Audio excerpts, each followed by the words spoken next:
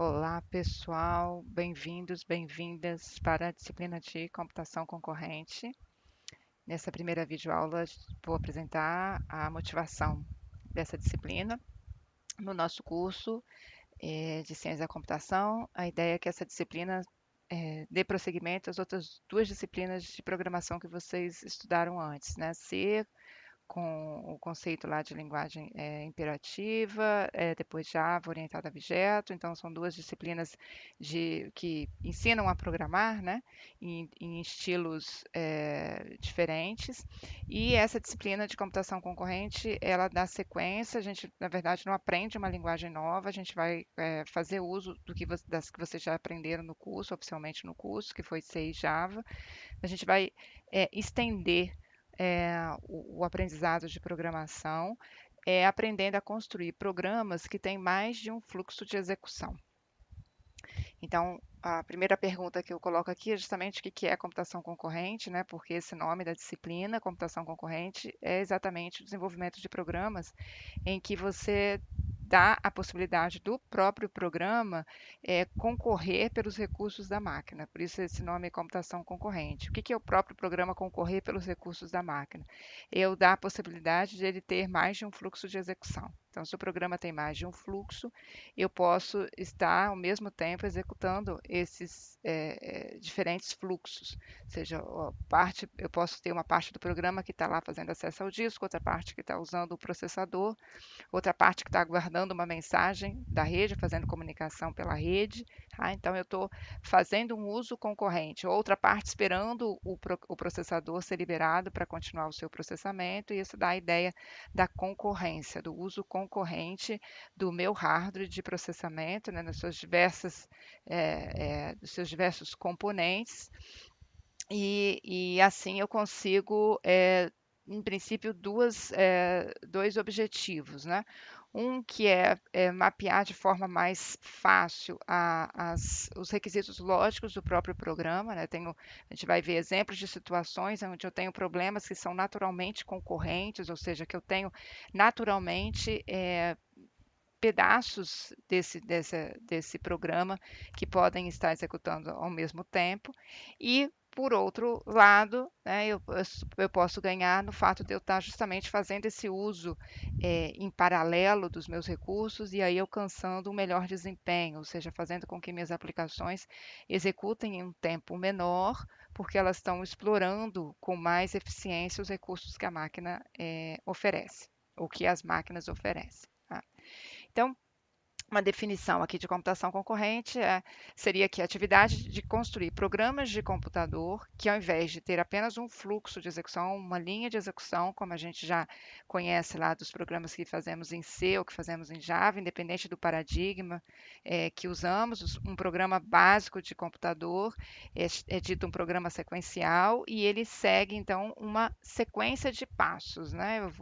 Eu começo no programa principal, na minha função principal, tanto em C quanto em Java, e daí eu vou executando as chamadas de função até eu chegar ao final do programa. Então, o meu programa está sempre fazendo uma coisa de cada vez. Quando a gente passa para essa outra forma, né, de projetar e de implementar um programa, eu estou, no momento em que eu estou projetando o programa, estou implementando, eu estou prevendo que ele vai ter mais de uma linha de controle, né, mais de uma linha de execução, que vai permitir que no momento que aquele programa estiver executando, estiver rodando em uma máquina, eu tenha mais de um evento acontecendo, mais de uma ação do mesmo programa acontecendo ao mesmo tempo. Ou porque eu tenho mais de um processador e eu vou ter esses dois fluxos, cada um em um processador, executando as instruções de máquina, ou porque eu consigo fazer uso dos concorrente ou em paralelo dos outros recursos da máquina, né? Como eu disse anteriormente, uma parte do meu programa está fazendo uso do processador, enquanto a outra parte está fazendo acesso a algum dispositivo de entrada e saída. Então, aqui atividade de construir programas de computador que incluem linhas de controle distintas que podem executar simultaneamente, né? O podem aqui é no sentido de que vai depender, né, se eu tenho recursos disponíveis para que essa execução seja simultânea ou não. Então, o programa ele é concorrente independente de eu ter né, o recurso disponível. Mas se eu tenho o recurso disponível, eu consigo explorar esse recurso. Então, a gente vai falar bastante desse conceito aqui ao longo da nossa disciplina. Tá? Então, em geral, quer dizer, quando a gente opta por fazer um programa concorrente, por fazer computação concorrente ou por fazer programação concorrente, a gente continua trabalhando no sentido de que a gente constrói um programa de computador para resolver um determinado problema. A gente tem um problema, eu vou entender esse problema, eu vou projetar uma solução algorítmica para esse problema e vou escrever esse algoritmo em uma linguagem de computador para que ele se transforme em um programa de computador. Só que a maneira como eu estou construindo essa solução algorítmica prevê que eu tenha, no momento da execução, mais de uma linha de controle, mais de uma linha de execução. E dentro do próprio programa, fará parte dele, eu garantir o controle dessa execução, ou seja, eu garantir que essas linhas de execução cooperem, essa é a finalidade, né? Elas são linhas independentes, mas estão dentro de um mesmo programa. Então, normalmente, elas trabalham juntas, elas cooperam para que se alcance, né, para que se execute a tarefa principal destinada àquele programa. Então, essa é uma parte bastante importante do que nós vamos ver aqui, que é toda a questão relacionada a como a gente coordena, como a gente permite que esses fluxos se comuniquem e que a gente faça a sincronização para que eles executem de forma correta, de forma a alcançar o objetivo final da aplicação, né, da forma esperada. Então, a programação concorrente ou a computação concorrente ou desenvolver um programa concorrente, ele tem a finalidade de explorar um hardware que eu tenho disponível, que me permite essa execução simultânea, normalmente visando melhorar desempenho, ou seja, eu chegar ao final daquela execução num tempo menor do que eu gastaria se eu mantivesse um fluxo sequencial, tá? E também, por outro lado, né, eu tenho também o objetivo, muitas vezes, de conseguir projetar de forma mais direta, ou mais diretamente relacionado ao meu problema, o fato de eu permitir fluxos independentes, porque no meu problema real, eu tenho claramente esses fluxos independentes. Então, são duas motivações, né, por trás da programação concorrente, que são distintas do certo ponto de vista, mas em algumas situações também são comuns, né? Uma mesma aplicação pode ter esses dois interesses, né? Mapear uma estrutura lógica natural de independência, de fluxos de execução independentes que o meu problema naturalmente tem, e ao mesmo tempo eu conseguir explorar um hardware que tem mais de um recurso disponível que pode ser usado ao mesmo tempo, como mais de um processador ou mais de um dispositivo periférico que tem autonomia para funcionar de forma independente na minha máquina. Ok? Bom, essa figura ilustra o que muda, assim, uma ilustração bem simples do que muda do que a gente fazia normalmente nos nossos programas em C e Java, do que a gente faz num programa dito sequencial, onde eu tenho apenas um fluxo de execução, ou seja, o programa ele começa numa função principal e aí eu tenho uma sequência de instruções dentro daquela própria função ou de chamadas de funções. Toda vez que eu executar o programa, ele vai seguir essa mesma sequência. Ele pode mudar, fazer algum desvio de fluxo dependendo do dado que eu entro. Por exemplo, um comando de if-else, ele vai hora executar o if, hora executar o else, dependendo do dado de entrada. Mas a sequência de execução é sempre a mesma. Tá? No caso de uma programação, um programa concorrente, aqui na figura eu uso o termo multithread, é um termo que a gente vai usar também, porque thread é o termo em inglês, né, de fluxo de execução. Então, a programação multithread significa eu programar com várias threads ou programar com vários fluxos de execução internos na minha aplicação. Então, o que vai acontecer? Eu passo a ter não apenas uma sequência, mas duas ou mais possíveis sequências de execução, que são independentes, né, que podem estar executando ao mesmo tempo. Claro que o executar ao mesmo tempo, por quanto tempo eu posso executar ao mesmo tempo, vai depender do problema em si, da lógica da minha aplicação. Aqui eu tenho uma situação bastante simples, um retrato de uma situação bastante simples, em que elas são completamente independentes e seguem independentes até o final, mas eu posso ter situações, e a gente vai ver esses casos, em que eu possa, aqui ao longo da execução, ter comunicação entre esses dois fluxos e mesmo ter sincronização, que significa um fluxo ter que aguardar o outro fluxo chegar a um determinado ponto da execução para então continuar. Tudo isso vai ser assunto para a gente explorar aqui ao longo do curso. Tá?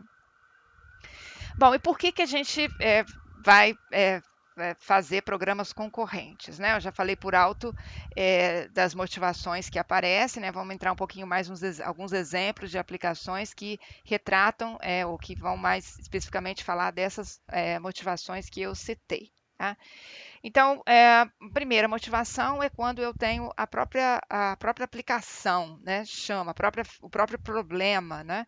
Nos chama, né? Nos motiva, nos incentiva a construir uma solução computacional, a construir um algoritmo, a construir a partir desse algoritmo um programa que tem fluxos independentes. Então, se eu olhar para uma aplicação web, que a gente está bastante acostumado, né?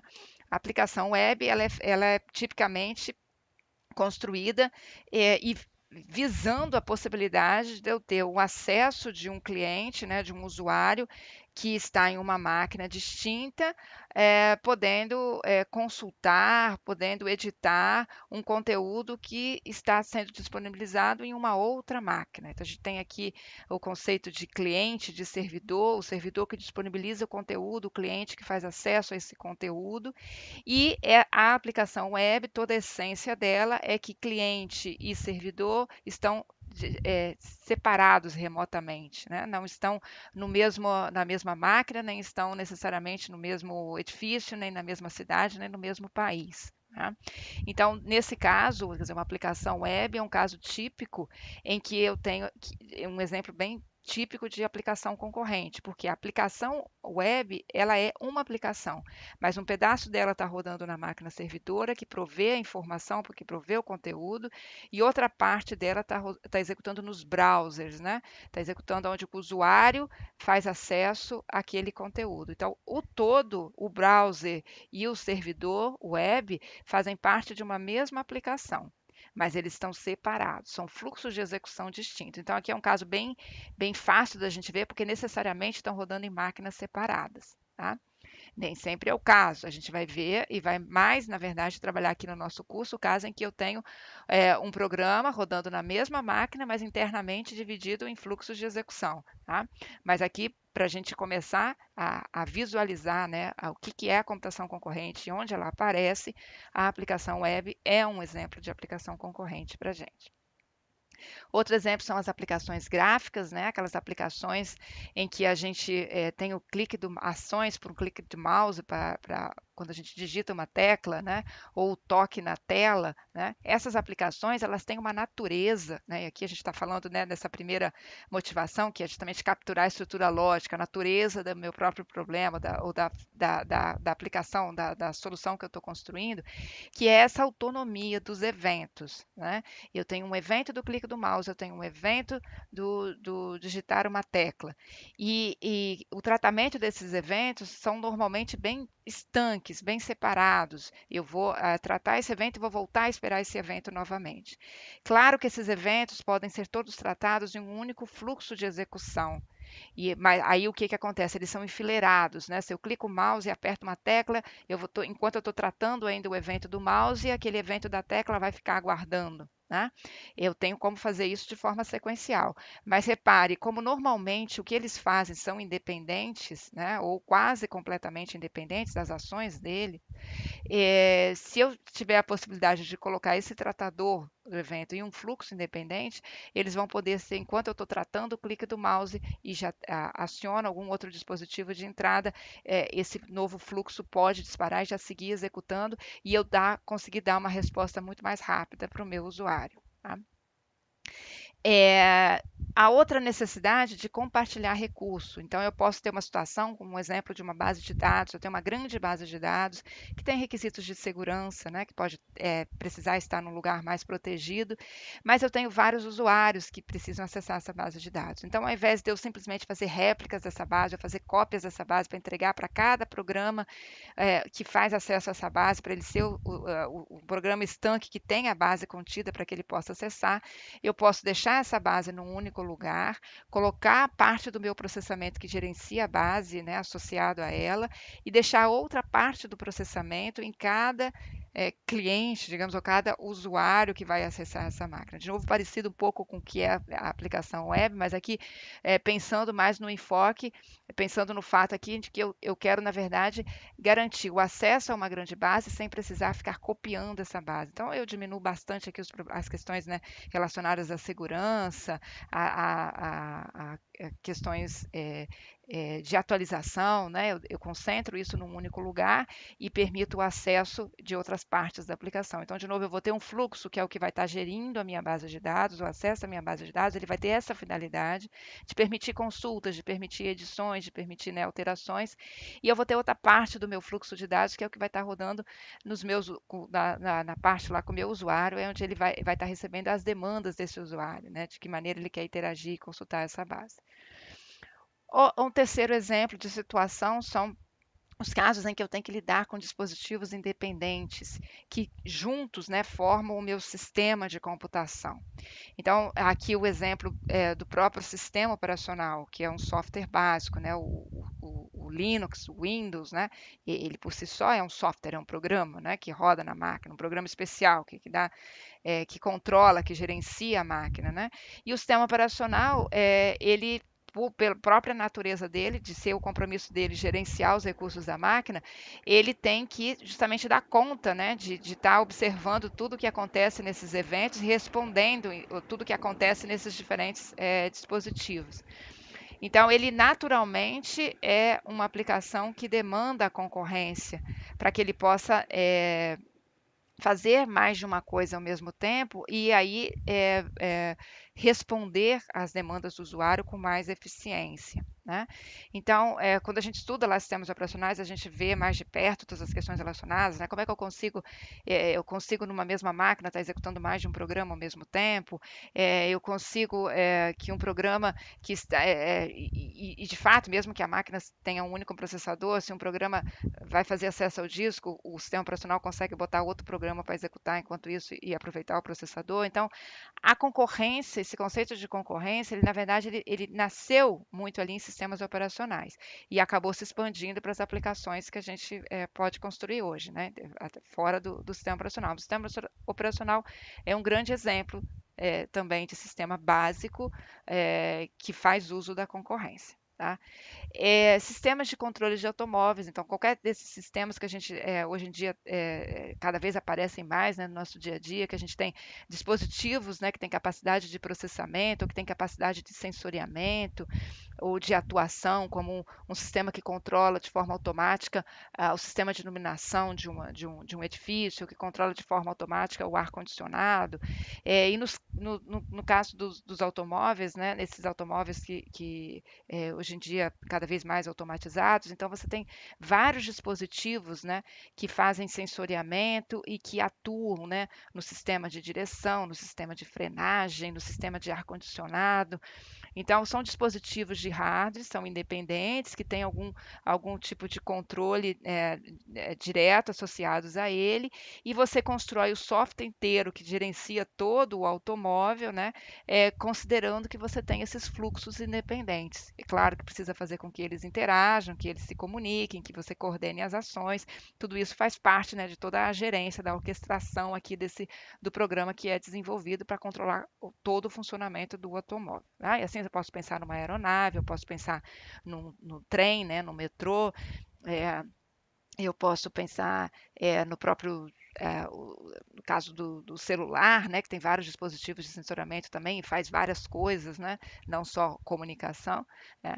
Enfim, então, todos esses sistemas onde eu tenho essa diversidade, essa heterogeneidade de hardware, tipicamente eu tenho aí software ou tenho programas que são concorrentes, porque cada hardware tem o seu fluxo, né, de execução e você tem todos eles funcionando de forma coordenada para poder gerir aquele equipamento, né?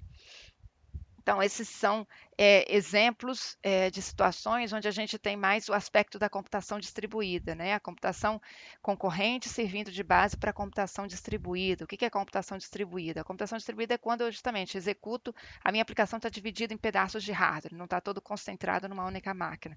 Um pedaço está executando no sensor, outro está executando no atuador, um pedaço está executando no browser, outro pedaço está executando lá no servidor, está executando em máquinas diferentes, está executando em hardwares diferentes. Então, isso é computação distribuída. E a computação concorrente é base para essa computação distribuída, porque uma vez que eu estou fisicamente distribuído, necessariamente eu tenho que ser concorrente, porque eu vou ter um pedaço do meu fluxo de execução executando em cada parte desse meu hardware. Então, essa figura aqui é para ilustrar todas essas três situações que eu coloquei. Aqui eu posso pensar, eu posso olhar para o caso em si, né, um campo de futebol lá com todos os seus jogadores. Eu posso pensar que isso pode ser um jogo, né, que está um jogo de computador, que se eu pensar que eu tenho que desenvolver um jogo de computador que simula, né, um campo de futebol aí com seus jogadores. Então, aqui naturalmente a gente vê, né, que se eu pensar cada jogador, ele vai ter o seu fluxo de execução. Não faz sentido aqui eu pensar numa coisa sequencial, né, de um começo, meio e fim, porque eu tenho autonomia das ações, né? Eu tenho um jogador que pode estar se movendo ao mesmo tempo que outro jogador, né? E se eu faço uma coisa sequencial, isso nunca pode acontecer, porque se um está se movendo, o outro está parado, né? Porque ele não planeja nenhum tipo de ação ao mesmo tempo, ele não permite nenhuma ação ao mesmo tempo. O sequencial está sempre fazendo um pedaço. O concorrente não, ele permite que eu tenha aqui, se eu pensar, cada jogador é um fluxo de execução independente. Então, eles podem se mover ao mesmo tempo. A bola é o recurso compartilhado. Ela nunca vai estar em mais de um jogador, né? E aí, quer dizer, toda a questão aqui de como cada fluxo vai se comportar, vai ser importante que eles vejam o que está acontecendo com os outros fluxos, que haja comunicação, principalmente entre os jogadores da mesma equipe, né? Então, todos os elementos aqui da computação concorrente aparecem aqui. Nesse sentido aqui da lógica natural, quer dizer, é natural do problema que eu construa uma solução com esse nível de independência, com esse nível de autonomia entre os seus elementos, porque eles são naturalmente independentes. É como quando a gente sai da linguagem imperativa lá de C e vai aprender orientação a objeto, como vocês fizeram em Java, né? Em C você planeja, né? Você projeta a solução pensando de uma forma, e quando você vê orientação a objeto, você diz, poxa, que bacana a orientação a objeto, tem tudo a ver com o mundo real, né? E se eu penso que eu vou modelar, vou fazer um sistema para uma universidade, que é super natural eu pensar que existe, né, uma classe que são pessoas, e dentro dessa classe eu posso ter subclasses que são alunos, que são funcionários, e aí eu tenho como colocar os atributos que são naturais de cada uma dessas entidades, e as ações que também são naturais de cada uma e que vai funcionar para qualquer estudante, que vai funcionar para qualquer professor, né? Então a gente sai de um mundo assim que é todo muito quadradinho e vai para esse mundo orientado a objeto, e a gente vê a relação que tem com várias aplicações, como a orientação a objeto se enquadra muito melhor com várias situações do dia a dia. E aí, quando a gente vai fazer esse passo agora para a computação concorrente, a ideia é que a gente perceba também isso, né? Perceba que existe muitas aplicações, muitos problemas que têm naturalmente essa independência, essa autonomia, que é muito mais difícil eu tentar forçar a modelar isso num fluxo sequencial. Quer dizer, se eu fico amarrada a tudo eu fazer num fluxo sequencial, a todos os problemas eu resolver de forma sequencial, tem problemas naturalmente concorrentes que vão me dar um super trabalho, muito mais trabalho, né? Para eu fazer esse desenvolvimento. E quando eu olho para eles, eu vejo, não, eles são independentes, então eu vou usar a concorrência para refletir essa independência natural que já existe aqui no meu problema. Tá? Claro que isso não significa que tudo vai ficar mais fácil, porque quando eu faço concorrente, isso a gente vai dedicar boa parte do curso justamente para ver essa questão, que a independência, a autonomia, ela traz uma demanda grande de necessidade de gerência, de coordenação. Imagina, se eu penso num esporte que é individual, um esporte tênis, que é um único jogador, ele toma todas as decisões, né? Sozinho, ele não tem que consultar ninguém, porque é ele sozinho que vai jogar. Se ele vai para um lado, se ele vai para o outro, que estratégia ele vai usar para o saque, né? Agora, se eu penso num esporte coletivo, a gente naturalmente vê que existe a forma de se conduzir, tem desafios adicionais, porque você tem que pensar na estratégia coletiva, cada jogador tem suas habilidades, né? Você tem situações que você tem que, muitas vezes, o desafio maior é gerir essa coletividade. E isso, naturalmente, também é o que acontece aqui na computação concorrente. Eu estou ganhando no fato em que eu tenho condições, eu tenho ferramental de mapear um problema real para um algoritmo, para um programa de computador, com o mesmo nível de independência e autonomia que eu tenho no mundo real, isso é interessante, é natural, é ótimo. Por outro lado, da mesma forma que eu tenho essa autonomia no mundo real, essa autonomia normalmente implica em eu saber lidar com a questão da coletividade, né? Com a questão da coordenação, dessas entidades autônomas conseguirem se enxergar, conseguirem se comunicar, conseguirem tomar decisões em conjunto, respeitarem uma outra, ou seja, eu não posso tomar a vez, né, à frente, né? No caso do futebol aqui, né, eu não posso colidir, chocar, não posso ter dois jogadores ao mesmo tempo no mesmo lugar, um vai ocupar o espaço do outro. E aí, quando a gente traz isso para a computação, né, para um algoritmo, todas essas coisas têm que ser resolvidas, né? Então, talvez esse seja, assim, a gente tem um ganho, e talvez esse seja o principal desafio do que a gente vai ver da programação concorrente, como lidar com essa questão da coordenação, da gerência desses fluxos, né? Mas, normalmente, esse esforço vale a pena, esse esforço é compensado, né, pelo ganho que eu tenho de manter essa autonomia do mundo real, pelo ganho que eu posso ter em termos de desempenho, do fato de eu conseguir explorar um hardware paralelo que está cada vez mais presente, cada vez mais também natural no nosso domínio aqui computacional. Tá? As outras motivações que eu botei aqui no slide separado têm justamente a ver com essa segunda questão aqui que eu toquei, da questão do desempenho. Então, um outro conjunto de motivações que eu tenho para fazer computação concorrente é quando não necessariamente eu tenho essa expressão clara da independência lógica entre os elementos. Né? Eu consigo eu consigo resolver o meu problema de forma sequencial bem natural, né? Porque eu tenho normalmente aqui uma demanda de processamento, que eu tenho que fazer um processamento longo, grande, e aí eu vou seguir a sequência, vou fazer um depois do outro, vou fazer essa sequência natural, eu não tenho essa autonomia das partes. Mas aí eu tenho, por outro lado, dado que eu tenho nos dias atuais, já tinha antes, mas mais claramente a gente consegue ver isso hoje, né? Se eu tenho uma máquina, hoje dificilmente eu compro uma máquina que tem apenas um processador. Então, se eu tenho um problema que tem uma demanda computacional alta, como, por exemplo, eu vou fazer uma multiplicação de matrizes, eu vou fazer um grande número de processamentos de operações aritméticas. Então, se eu tenho uma máquina com 4 processadores e faço um programa sequencial, esse programa, o sistema operacional vai alocar ele simplesmente para um desses processadores e só. Os outros 3 vão ficar ociosos, porque o sistema operacional, pelo menos os de hoje, né, no estado que a gente está hoje da computação, ele não vai lá dentro da minha aplicação e enxerga que eu tenho uma linha que eu posso processar ao mesmo tempo que a outra linha, e ele vai lá e divide, coloca um pedaço em cada processador. Não. O sistema operacional, ele olha para dentro do meu programa, vê que ele tem um fluxo de execução, escalona o meu programa para um dos processadores, os outros vão ficar ociosos. Então, daí vem a necessidade. Se eu quero aproveitar esse meu paralelismo de hardware, que hoje é tão natural, eu ter mais de um processador, mais de uma unidade de processamento dentro da minha máquina, eu preciso, programador, internamente, criar esses fluxos internos. No caso, se eu crio 4 fluxos internos, quando eu lanço esse meu programa para execução no sistema operacional, ele é capaz de enxergar, assim, aí esses fluxos que eu mesmo criei e escalonar cada um deles para um dos processadores. E aí sim eu vou ter o que eu quero aqui, né? Explorar o meu hardware. Por que eu vou ter uma máquina com 4 processadores se eu vou estar usando só um com a minha aplicação? Quero usar os 4, então eu crio os 4 fluxos e eles vão, então, cada um poder executar de forma independente em um dos processadores e eu vou conseguir fazer com que a minha aplicação termine muito mais rápido. Em geral, todo usuário quer que a aplicação termine rápido, nenhum usuário quer que a aplicação fique lá gastando tempo desnecessário, né?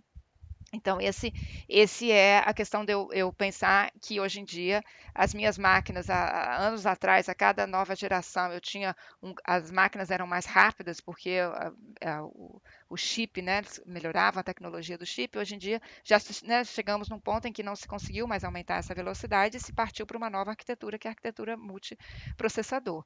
Para ganhar desempenho das aplicações nessas arquiteturas, a gente precisa fazer programação concorrente. Então, a programação concorrente nesse momento ela vem muito forte, uma demanda muito forte, né? Para que a gente de fato usufrua desse hardware. E algo que vem junto, na verdade, aqui, junto com isso, né, na verdade, independente até, né, que é essa questão de aumentar o desempenho de aplicações, eu tenho aplicações, por exemplo, no contexto de computação científica, onde eu tenho um processamento muito grande, muitas unidades, muitas instruções, né, aritméticas, que demandam um tempo muito longo. Então, se eu pensar se eu tenho dados do tempo e quero fazer a previsão do tempo. É um tipo de aplicação em que eu tenho uma quantidade de dados muito grande para processar, e isso toma, às vezes, sei lá, um dia inteiro, mais dias de processamento, né?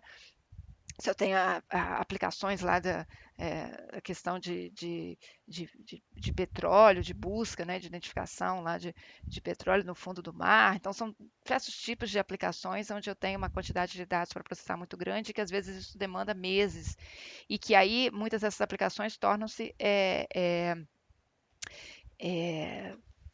inviáveis se eu levar esse tempo todo. Então, a programação concorrente vem aí para forçar necessariamente eu ter que, por exemplo, dividir a aplicação para que ela processe em mais de uma máquina, se eu não tiver mais de um processador, se a quantidade de processador na máquina não for suficiente, tá? Ou mesmo na situação em que eu tenho poucos processadores, mas se a minha aplicação faz entrada e saída, vai no arquivo, lê dados de arquivo, eu já ganho com a programação concorrente, porque enquanto eu estou lendo, esperando o resultado do disco, eu estou usando o processador para fazer outra coisa em outro fluxo de execução. Então, tudo isso traz ganhos de desempenho, e aí a programação concorrente é aí um grande aliado e passa a ser cada vez mais uma grande necessidade nos dias de hoje, a gente fazer essa dar esse passo, né? Ter o conhecimento de como funciona, do que precisa ser feito, ter alguma experiência em termos do que as linguagens, né, oferecem, de que tipo de ferramenta a linguagem precisa me oferecer, como eu faço uso dessas ferramentas, que problemas vêm junto, né, com a programação concorrente, como eu falei, a necessidade de gerir, de coordenar os fluxos para que eles funcionem corretamente, é uma questão importante que a gente vai discutir bastante aqui no curso e ver que ferramentas a gente tem para fazer isso, para que a gente possa usá-la, porque todo o esforço que precisa ser feito, ele é compensado pelos ganhos que a computação concorrente traz, principalmente nos dias de hoje, com onde a gente tem cada vez mais demandas de aplicação com grandes volumes de dados que requerem muito tempo de processamento e que a gente tem cada vez mais hardware multiprocessador ou também a gente tem cada vez mais uma heterogeneidade de hardware de diferentes plataformas que funcionam ou que operam juntos para poder monitorar algum ambiente ou oferecer novos serviços para os usuários. Tá? Bom, então a computação concorrente aqui, ela dá base para o que a gente chama de computação paralela, que seria nesse intuito de realmente fazer com que os fluxos executem ao mesmo tempo, dado que eu tenha capacidade de processamento, e aí eu consiga justamente fazer o trabalho que eu faria num tempo X, fazer isso num tempo muito menor, dado que eu estou trabalhando em paralelo com os meus fluxos de execução nas minhas unidades de hardware autônomas. Bom, então é isso, né? Para que a gente consiga explorar todo o potencial que a gente tem, né, das arquiteturas multicore, né, que está chamando essa atenção, o programador precisa desenvolver programas concorrentes que tenham várias linhas de controle, né, de execução. Tá? Então, aqui deixei aqui um lembrete no exemplo, né, de você ter, se eu tenho um problema que eu tenho que pintar uma casa, né, e recebi lá uma equipe de 4 pintores, né? Como se eu compro um computador hoje com 4 processadores. Então vem a equipe não vem um pintor, vem 4, né? Mas se a minha instrução de pintar é pinta um cômodo, depois pinta outro, aqueles meus 4 pintores não vão ter muito efeito, né? Mas se eu tenho uma instrução que é alterada, uma instrução concorrente, que eu posso pintar cada cômodo, né? Cada cômodo é um fluxo independente, eu vou conseguir alocar esses 4 pintores, eles vão poder pintar ao mesmo tempo, né? E aí eu posso pensar que cada cômodo poderia ser um processo, nesse caso, facilmente o próprio sistema operacional estaria fazendo escalonamento, mas se eu pensar que um cômodo pode ser grande o suficiente, como uma sala, e ele tenha, digamos, 4 paredes e que são, de certa forma, independentes, eu conseguiria também fazer com que internamente, né, dentro de um mesmo cômodo, eu conseguisse usar os 4 pintores ao mesmo tempo, coordenando as ações dele, né, conversando eles se interagindo para decidir qual parede cada um pinta, e se eu tenho uma única lata de tinta, eles sincronizando as ações para que o momento que cada um vai lá molhar o pincel na sua lata de tinta, um não faça isso ao mesmo tempo, que eles esperem. Então, eu vou ter essa necessidade deles interagirem para discutir como eles vão dividir aquela tarefa interna de pintar aquele cômodo, eles vão precisar compartilhar algum recurso e aí sincronizar suas ações, mas o efeito no final vai ser positivo, porque com mais de um pintor pintando o cômodo, eu certamente vou terminar ele muito mais rápido do tempo que eu gastaria se um único pintor estivesse ali. E vou estar explorando o potencial que eu tenho, né? Que eu não, para não deixar nenhum potencial ocioso, tá? Nenhum recurso ocioso, certo? Bom, e aí a gente vai encontrar desafios, sim, muitos desafios, porque a gente não tem hoje recursos em termos de linguagem que façam muita coisa automática para a gente em termos de programação concorrente. Então, somos nós, programadores, que temos que vislumbrar a concorrência, né, identificar que há atividades que podem ser executadas de forma concorrente dentro de uma aplicação, fazer essa divisão interna, é, estabelecer a comunicação entre esses fluxos de execução quando for necessário e também fazer a sincronização. Então, quando eles precisam tomar uma decisão sobre quem faz tal pedaço da tarefa ou quem faz outra tarefa, ou se eu tenho um recurso que é compartilhado que não dá para 2 fluxos usarem ao mesmo tempo, quem é que vai usar primeiro, quem é que vai aguardar, toda essa questão de gerência, de coordenação dos fluxos fica explícita nos programas, a gente vai ver isso. Então, boa parte do nosso estudo aqui é para aprender como fazer isso, né? Que recursos a gente tem para isso nas linguagens, de que maneira que problemas, o que a gente tem que se preocupar quando está desenvolvendo os nossos programas, como a gente avalia os resultados, né? E, enfim, como a gente desenvolve, né? Começando um programa concorrente, né? Pensando logo no início como eu divido as minhas tarefas, como eu crio fluxos autônomos e, a partir daí, como eu trato aqueles problemas em que esses fluxos não são tão autônomos assim, ou seja, que não basta eu criar o fluxo e deixar ele executar até o final, mas no caso em que eu preciso que eles se interajam ao longo da execução. Esses são os casos mais desafiadores e boa parte do nosso tempo aqui a gente vai se dedicar a isso. Por fim, né, alguns problemas a gente vai ver são facilmente paralelizáveis ou facilmente a gente consegue enxergar essa concorrência, dividir o fluxo interno, como uma multiplicação de matrizes, por exemplo. E outros não são tão fáceis assim, como, por exemplo, ordenar um vetor, que a maneira, às vezes, sequencial de fazer é muito mais trivial, muito mais fácil de pensar. Pensar de forma concorrente exige um esforço grande. Vou ter requisitos de sincronização, mas, dependendo do tamanho, né, desse meu vetor, todo esse esforço pode valer a pena, porque eu posso ter um ganho significativo em termos de tempo de execução, do fato de eu estar explorando melhor o meu hardware, que eu não teria se resolvesse o problema apenas de forma sequencial. Bom, o curso aqui de computação concorrente, nosso foco é justamente a gente vai trabalhar com as linguagens C e Java, porque foram as linguagens que vocês viram, e a gente vai então olhar que ferramentas as linguagens oferecem, de que forma que a gente usa essas ferramentas para construir programas concorrentes.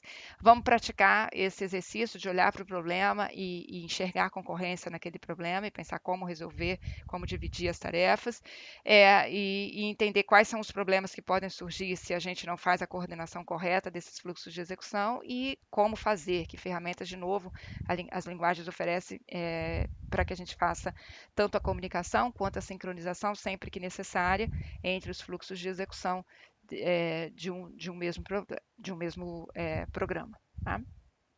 Sempre com vista a alcançar o objetivo final daquela aplicação. Tá?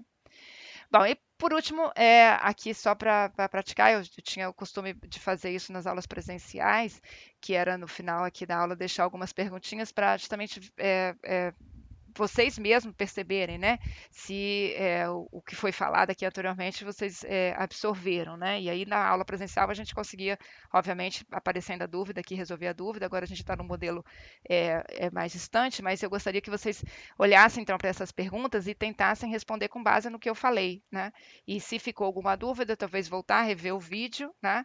Ou ler o material complementar, ou anotar a dúvida, né? E falar na aula síncrona, no nosso encontro síncrono, tá? Então, basicamente, conseguindo responder essas perguntas aqui tranquilamente, significa que o que eu falei aqui foi absorvido, foi bem entendido, ok?